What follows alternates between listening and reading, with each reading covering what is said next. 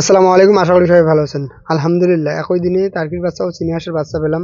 তো কতগুলো ডিম বসিয়ে এখান থেকে কতগুলো বাচ্চা পেলাম, এর পাশাপাশি এই বাচ্চাগুলোর যত্ন কিভাবে নেব, তো সেটাও আপনারা এই ভিডিওর মাধ্যমে জানতে পারবেন। আজকে সকাল সকাল হাঁসের ঘরে এসে দেখি যে চীনা হাঁসের ডিম থেকে বাচ্চা ফুটেছে।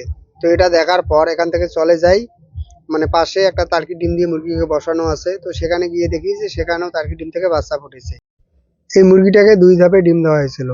১ম ধাপে ৭ পিস ডিম দেওয়া হয়েছিল, আর পরের ধাপে আরো ৭ পিস ডিম দেওয়া হয়েছিল। তো এখান থেকে বাচ্চা পেলাম ৫ পিস। তো বাকি যে ডিমগুলো আছে এগুলোকে পরিষ্কার করে এখন ইনকিউবেটর মেশিনে রাখবো। আর দিনের বেলা এটাকে চেক করে দেখবো যে এই ডিমগুলোর মধ্যে কতগুলো ডিমে ভ্রূণ আছে।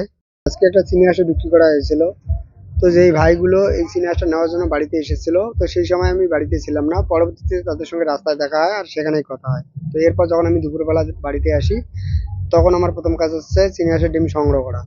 নতুন করে ২ থেকে ৩টে চীনা হাঁস ডিম দেওয়া শুরু করেছে। আর এই হাঁসগুলো ঘরের ভেতরে ডিম না দিয়ে বাইরে ডিম দিতেছে, যার ফলে প্রথমে এসে এই ডিমটা সংগ্রহ করতে হচ্ছে। তো ডিমটা সংগ্রহ করার পর হাঁসগুলোকে মাঠে ছেড়ে দিলাম, যেহেতু বর্তমানে ফসল উঠে গেছে। ২ দিন ধরে হাঁসগুলোকে মাঠে ছেড়ে দেওয়ার ফলে আমার বর্তমানে খাবার খরচটা অনেকটাই কমে গেছে। তো হাঁসগুলোকে মাঠে ছেড়ে দেওয়ার পর এখান থেকে চলে এসে আর একটা গুরুত্বপূর্ণ কাজ করতে, আর সেটা হচ্ছে যে কিছু দেশি মুরগির ডিম আছে সেগুলো সংগ্রহ করতে। বর্তমানে আর আমি চাচ্ছি না দেশি মুরগির ডিম থেকে বাচ্চা উৎপাদন করতে। এর কারণ হচ্ছে ঠান্ডা অনেকটাই পড়ে গেছে, আরও যত দিন যাবে ঠান্ডার পরিমাণটাও ততই বাড়বে। ডিমগুলো সংগ্রহ করার পর এখান থেকে চলে আসি টার্কির বাচ্চা আর মুরগির বাচ্চাগুলোকে ব্রুডিংয়ের একটা ব্যবস্থা করে দিতে।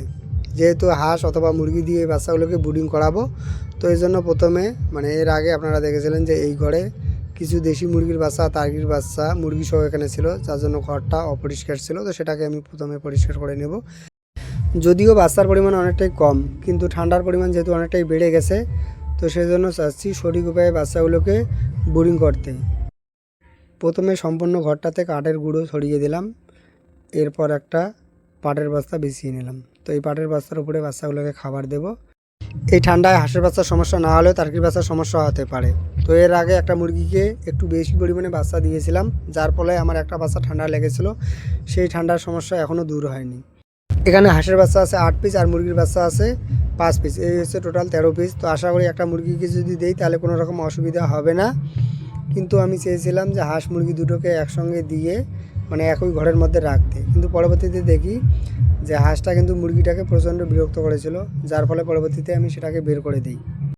দুটো হাঁসকে ডিম দিয়েছিলাম ২৪ পিস, আর এখান থেকে বাচ্চা পেলাম ৮ পিস। তো এটার কারণ হচ্ছে কিছু হাঁসের ডিম হাঁসগুলো খেয়ে ফেলেছিল। যেহেতু হাঁসগুলো আবদ্ধ অবস্থায় ছিল, যদি ছেড়ে দিতাম তাহলে এই সমস্যাটা হতো না। আজকে এ পর্যন্ত। আসসালামু আলাইকুম।